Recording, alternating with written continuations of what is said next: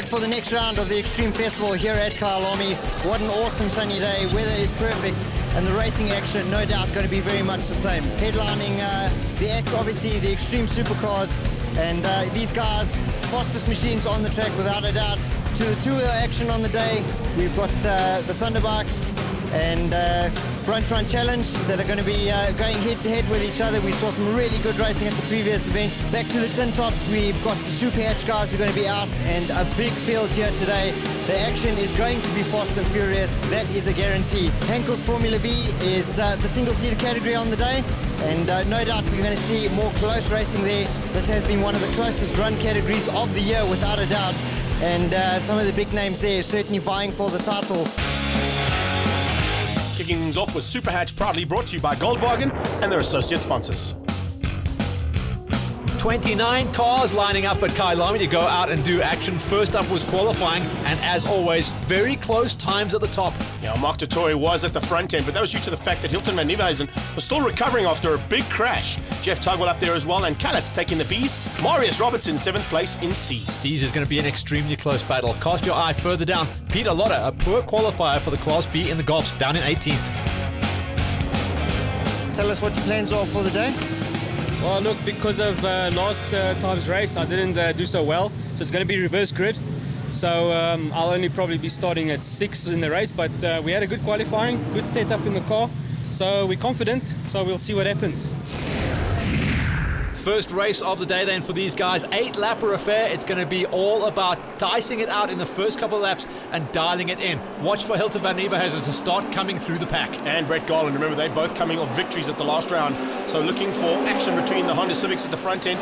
Du Toit has stepped back into Old Faithful and is also in the Honda Civic as we go on board with Kitty here. Louise having a super run, and so far running really high up in the C Championship as well. Remember, for the Class C's today, it's going to be all about a big dice between herself and Marius Roberts. And round the outside, check out the Ford Fiesta. That's 4 cars in one. Morne Himon, 4 cars in one, goes around the outside. He spends a hell of a lot of time here doing driver training, so he's got the lines, he's got them dialed in, he's gone up past Van der Zee, and in fact, he's moving up into the Class B's. Look at this, we're starting to see the power stretch out as at the front. Tugwell leads us through, and he's gone through Sunset, and this is the back end of the circuit. I'm trying to see how clean it is. Not looking too bad nowadays. Now going to look really good, and Garland putting the pressure on to Davidson as they go into the S's. Can he make that one stick? No, he can't. Wow, Tugwell sideways. Yeah, he ripped it hard. Flew right into the first S there, but managed to hang on. And it looks like the man in the Jonas Way Tools car is going to be putting pressure onto the back end of Colonel Custard. Yeah, up the hill, they're going to see a little bit more power coming out of the Honda, and Garland should have a sweet line at the top, but he's going to get outbraked by the Superboss. Garland just trying to take a deep breath there and sweep around the outside, and he hangs it tough. Oh, it's awesome stuff as they come out of the top of the hill and down the mine shot. Great shot. No, it's everything she's got. We're on board, looking back at Davidson, looking forward at Tugwell. That's how things get. This is how close it gets. And on the brakes, Hilton van Nieuwenhuizen is so late. Wow, he goes around the outside. It's going to be side-by-side action. Golf 1 and the 206. And it looks like he's going to be able to hang on to it. But Tuggy's got the inside line for turn 13. And I think, well, if Hilton's got it, it's going to be a big maneuver to go around the outside. And he keeps it around the outside. Yeah, he's very brave. He's very good. He's got a great setup. We saw that the whole way through last year when he got this car in the sweet spot. But what a push he has had. He had a terrible drop off the line. He was down there in 4th place. A big climb up the hill to West Bank Turn, and then all the way down the mine shaft. That's where he set it all up. We go on board here with John O'Cooning a little bit further back, and it looks like, oh man, someone's out of shape. Yeah, I know exactly how that feels. Oh yeah, just wag. Oh, that's huge.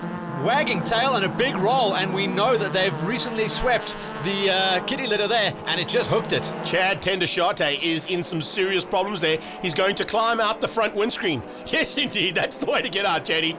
Wow, that was a big one. Check how he gets it out of shape. Just comes off ever so slightly onto the inside dirt. That flicks the car across, and as soon as he gets into the kitty litter, that's it. It was roly-poly, baby. It was a violent snap, and that is going to be a big repair bill. But we're almost at the end of the season. That's going to hurt him. Well, we saw a couple of weekends ago the Ford ST of Germany lose control at Zwartkops. This time it's at Kyalami, and it's a Golf 1. And that time, he outdid that ST, that's for sure. There were about 9 rolls there, bud. Tugwell, Garland, du Toit, and this is some incredible work that Garland is giving us. But here's the man getting his way through.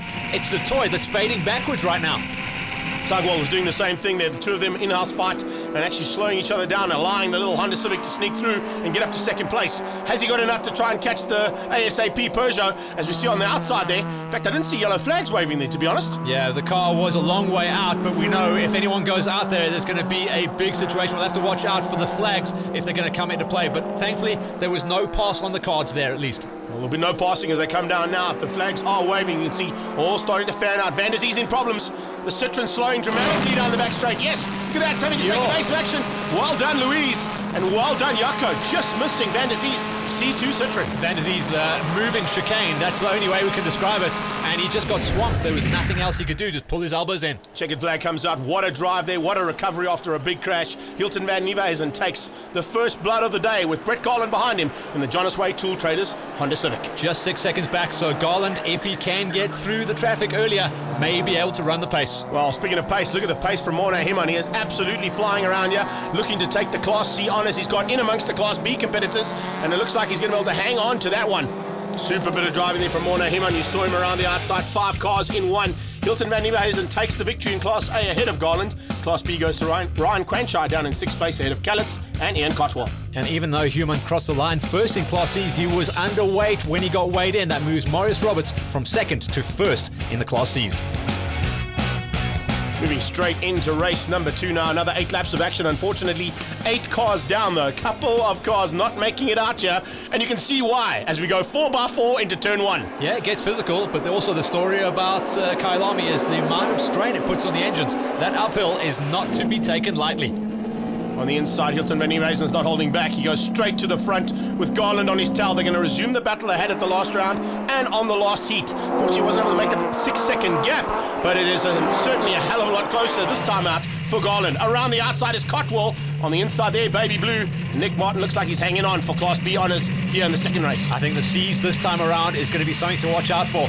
Bit of a rookie mistake coming out of Human, going underweight. That just means he wasn't fueled up enough, and he's going to be going at it with Louise van der Walt. And of course, the race winner from race number 1, Marius Roberts. Check that out though. Mel in BMW. Big thanks to Renex Con and to Hank Swanepoel for the loan of the car there.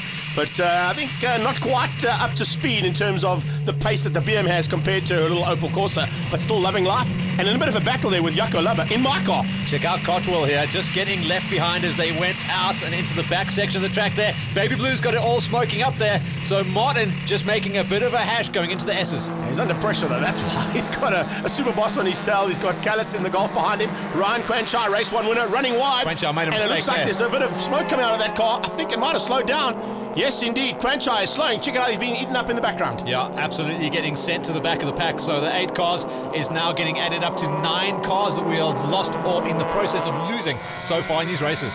On board here with James Fuller in amongst the C's, and this is where it's all happening.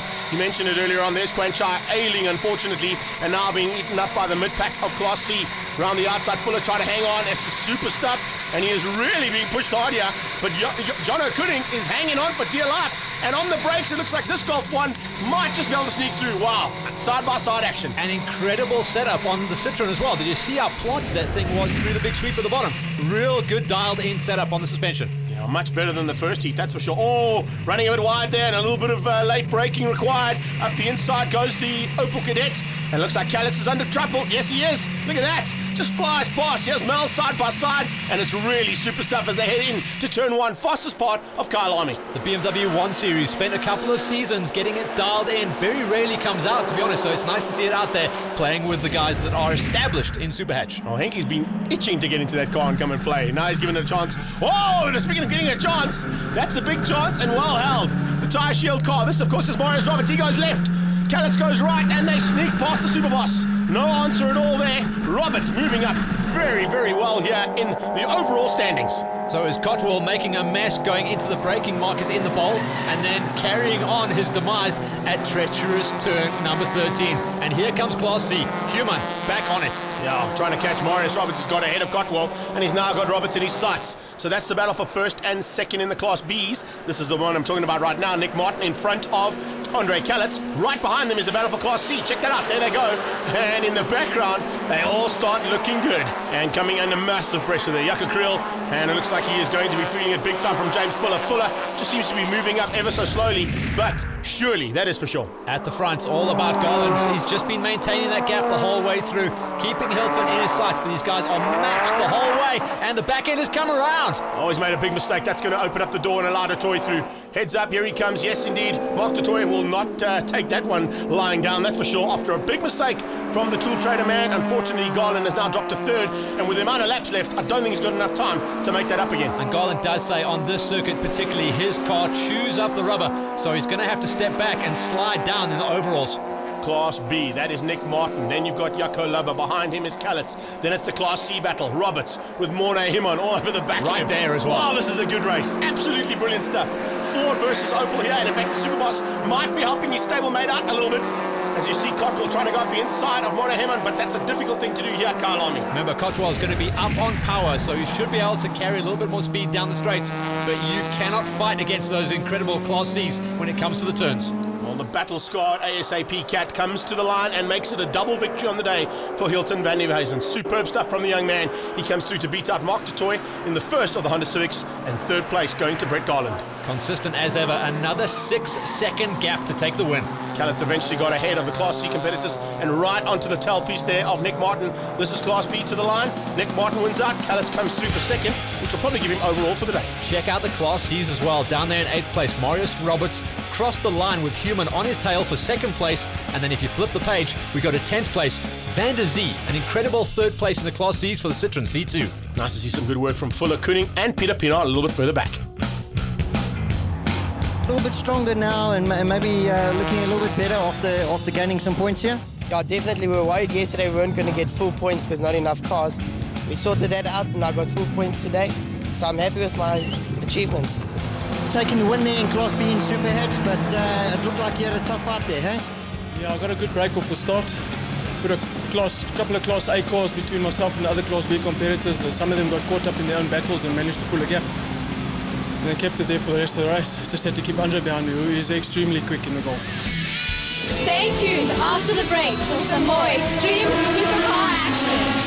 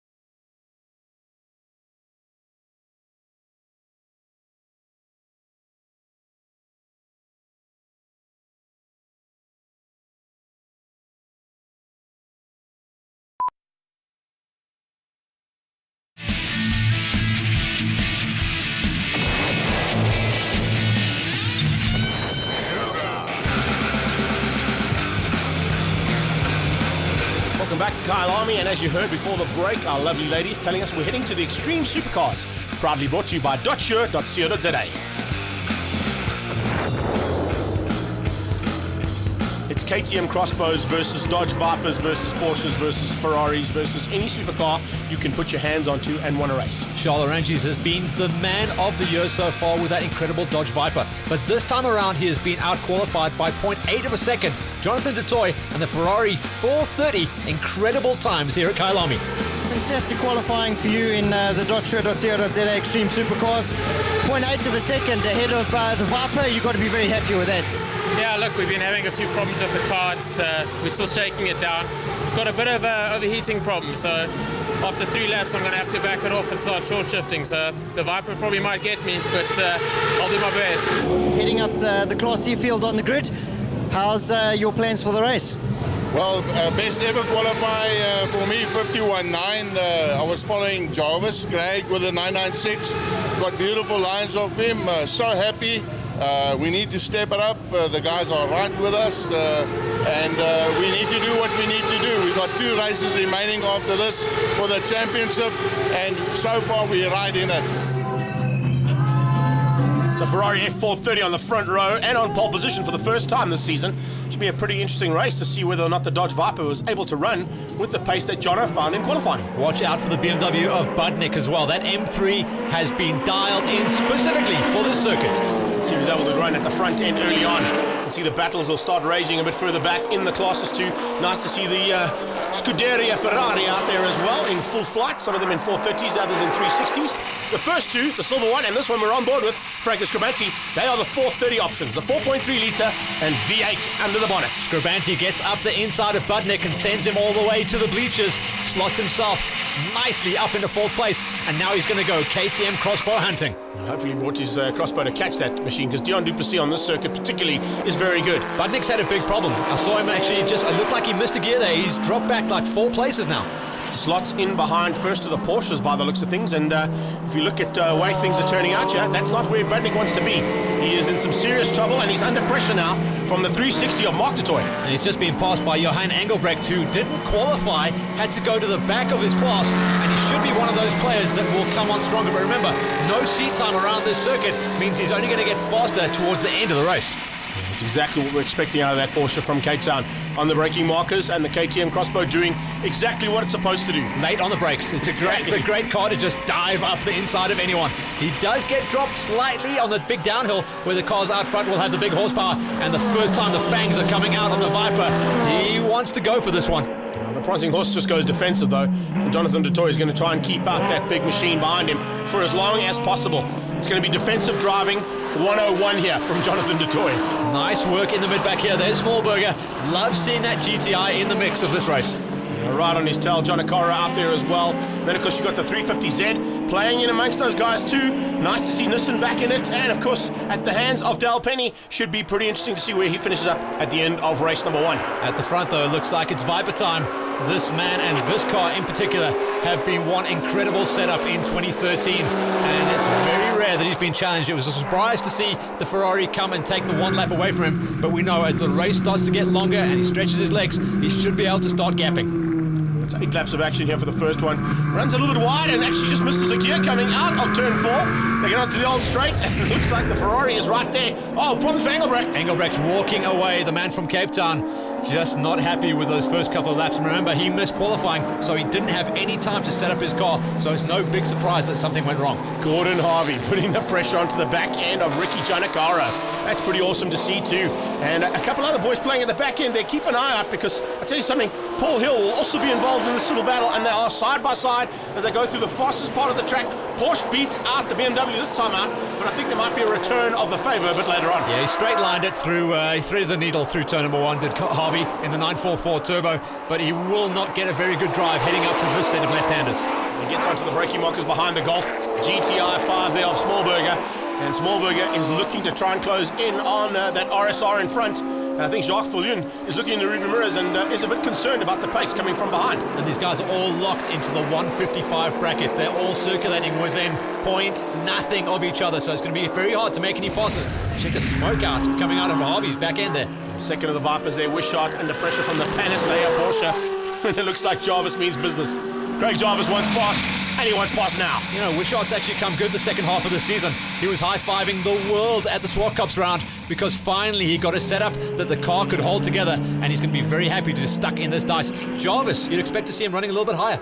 Fortunately at the front end, this is a massive lead at the end of the race of 8.5 seconds, and a super drive there as always from Charles Orangis. Things are looking like it could be going his way in this championship.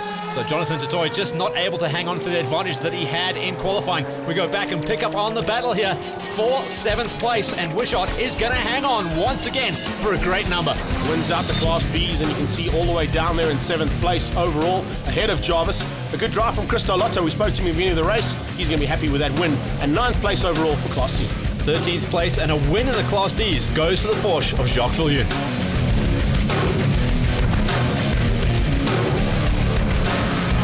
You had a nice battle out there and a decent result. Tell us about your race. It's fantastic to be back. Yeah, it's been a long road, but the car's now starting to get back on pace. We had a good run this time. Unfortunately, I got a little bit fell asleep at the start, and Franco and Johan got the jump on me. That's not going to happen again.